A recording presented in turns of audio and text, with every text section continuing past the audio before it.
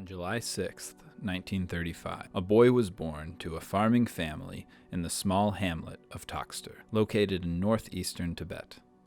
At the age of 2, a search party sent from the government appeared to his hometown, following reported visions and signs in the hopes of finding the reincarnation of the 13th Dalai Lama. Upon finding the boy, the search team placed various items in front of him, some which belonged to the 13th Dalai Lama, and some that did not. The boy identified the items which belonged to the previous Dalai Lama, along with miraculous signs. This was the moment when the search party knew they had found the new and current Dalai Lama. At the age of 6, after being recognized formally as the new Dalai Lama in 1940, His Holiness, the 14th Dalai Lama, undertook a comprehensive study curriculum. He was taught through the Tibetan system of monastic education, which consists of the 5 major subjects of logic, fine arts, Sanskrit grammar, medicine, and Buddhist philosophy. He was awarded the Jesh Larampa degree, the highest doctorate in Buddhist philosophy. The Dalai Lamas are a line of beings believed by Tibetan Buddhists to be reincarnations of the Bodhisattva of compassion, who embodies all Buddhas.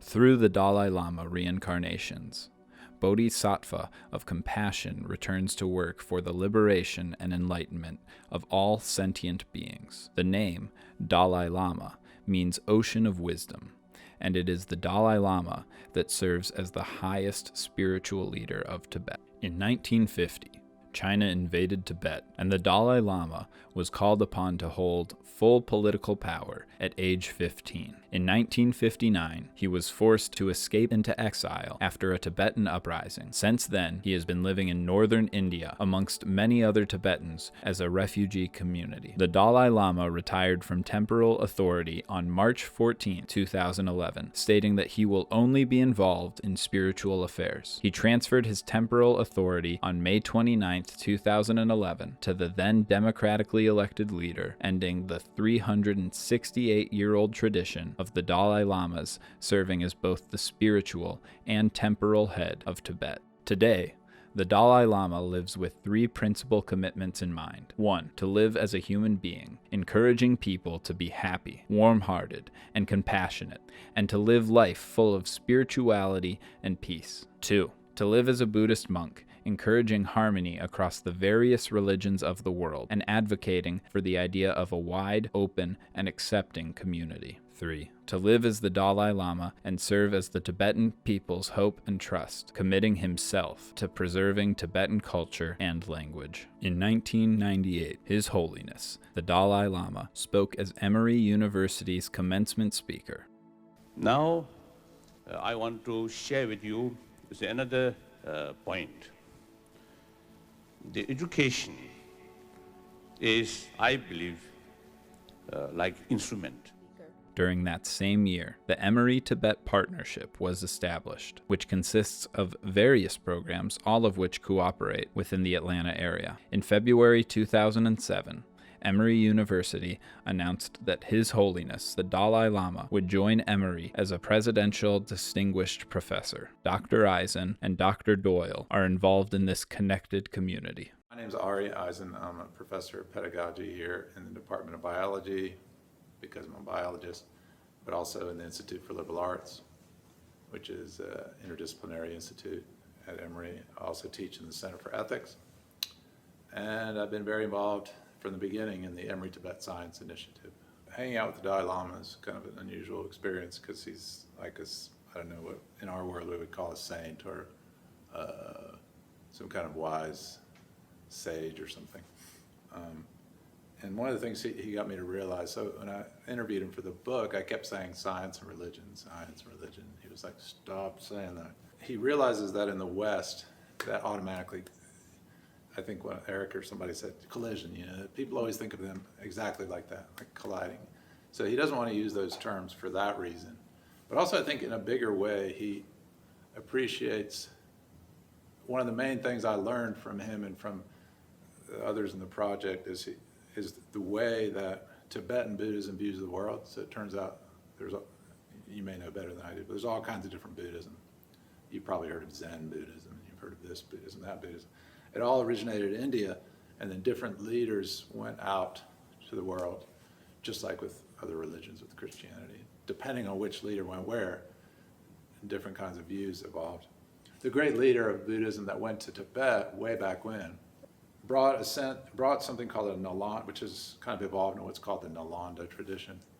And it's now no longer practiced anywhere else. And I say all that because it goes like this, that if you want to understand your own self, your own belief, your own faith, whether it's Christianity, Judaism, Buddhism, whatever, their view is if you want to understand yourself, you need to understand everybody else. And it's very different than the Judeo-Christian tradition that I and many people in the West are raised in, which tends to start with Judaism is it, we're the chosen people. I'm Jewish. Or Christianity is it, accept Jesus. And that's what everybody has to do if you want to get there. This is totally different. This is like 180 degrees. I'm a Tibetan Buddhist. I believe in this, but if I really want to understand my Tibetan Buddhism, I need to understand what everyone else is thinking.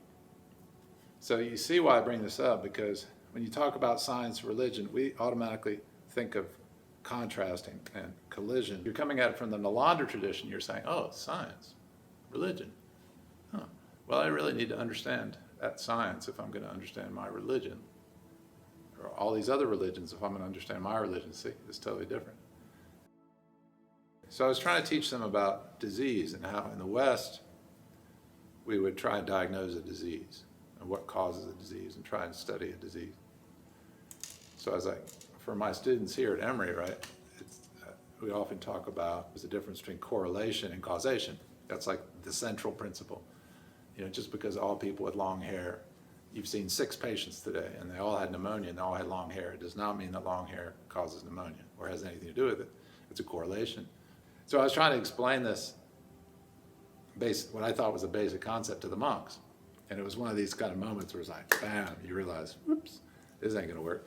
Because I was just up there, this was back at the beginning where we're just like in a cement room and it's 100 degrees and they're sitting on the floor and we don't know what we're doing.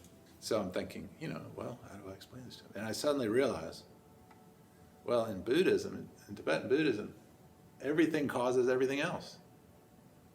Everything's correlated to everything else. And there's no difference. I was like, ooh. In other words, the butterfly's wings move and somebody gets sick, that kind of thing, which is coming to the West through chaos theory and all that. It's like, it just hit me that I couldn't explain this because it was a concept that's so central to Western medicine and science, but just doesn't fit at all with what they were thinking.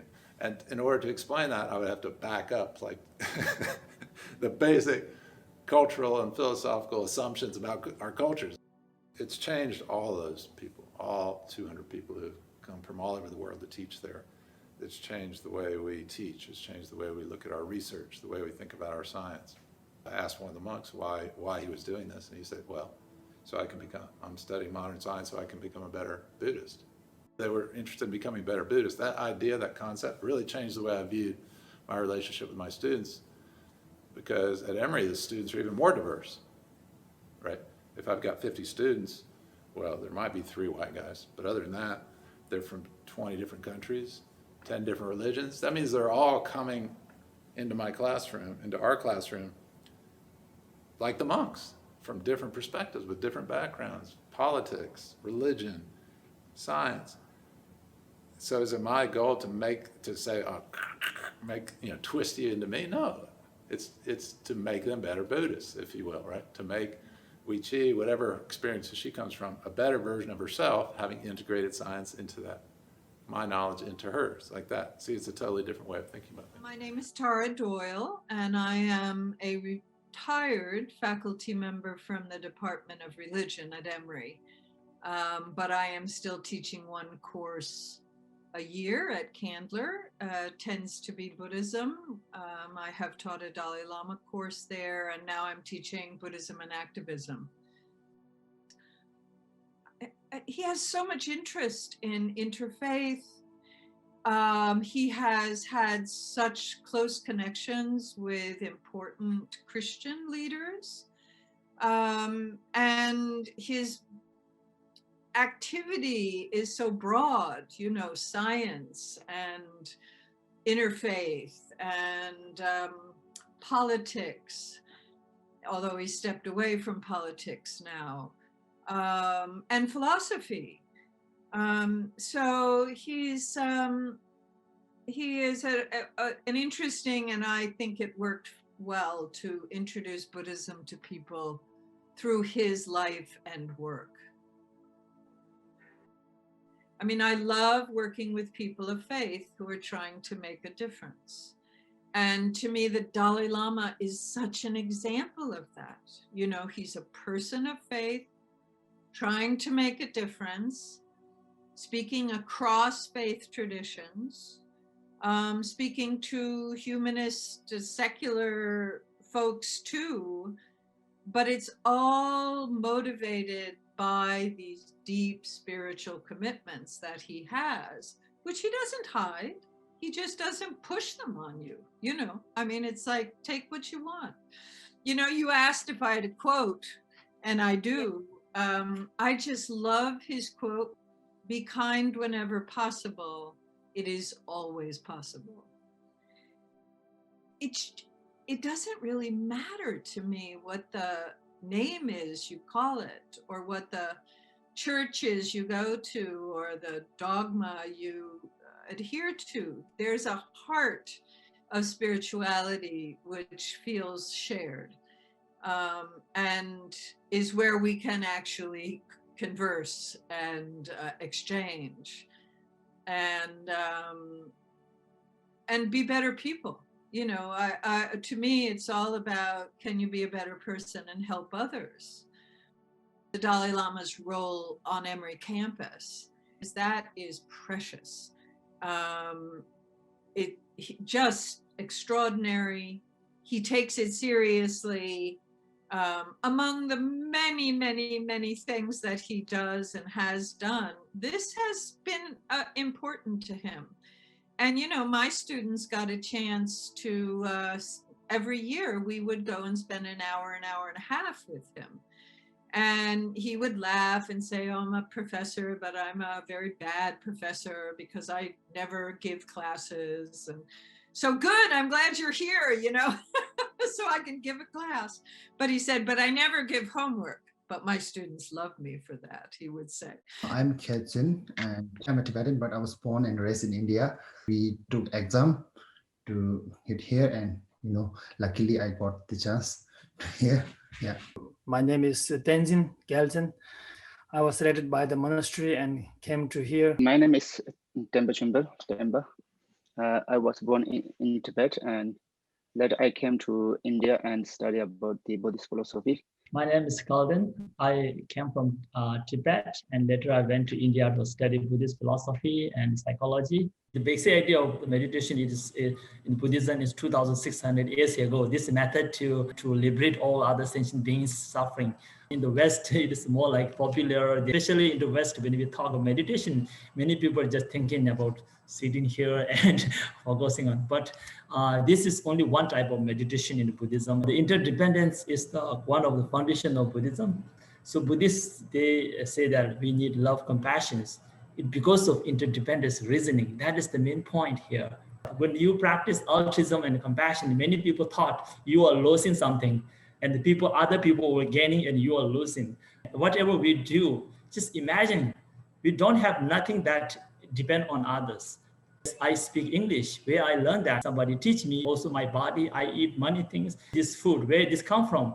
How many people's their contribution to the one food? All these are coming from other sentient beings' contributions. Although our mind, emotions, all these are coming from others.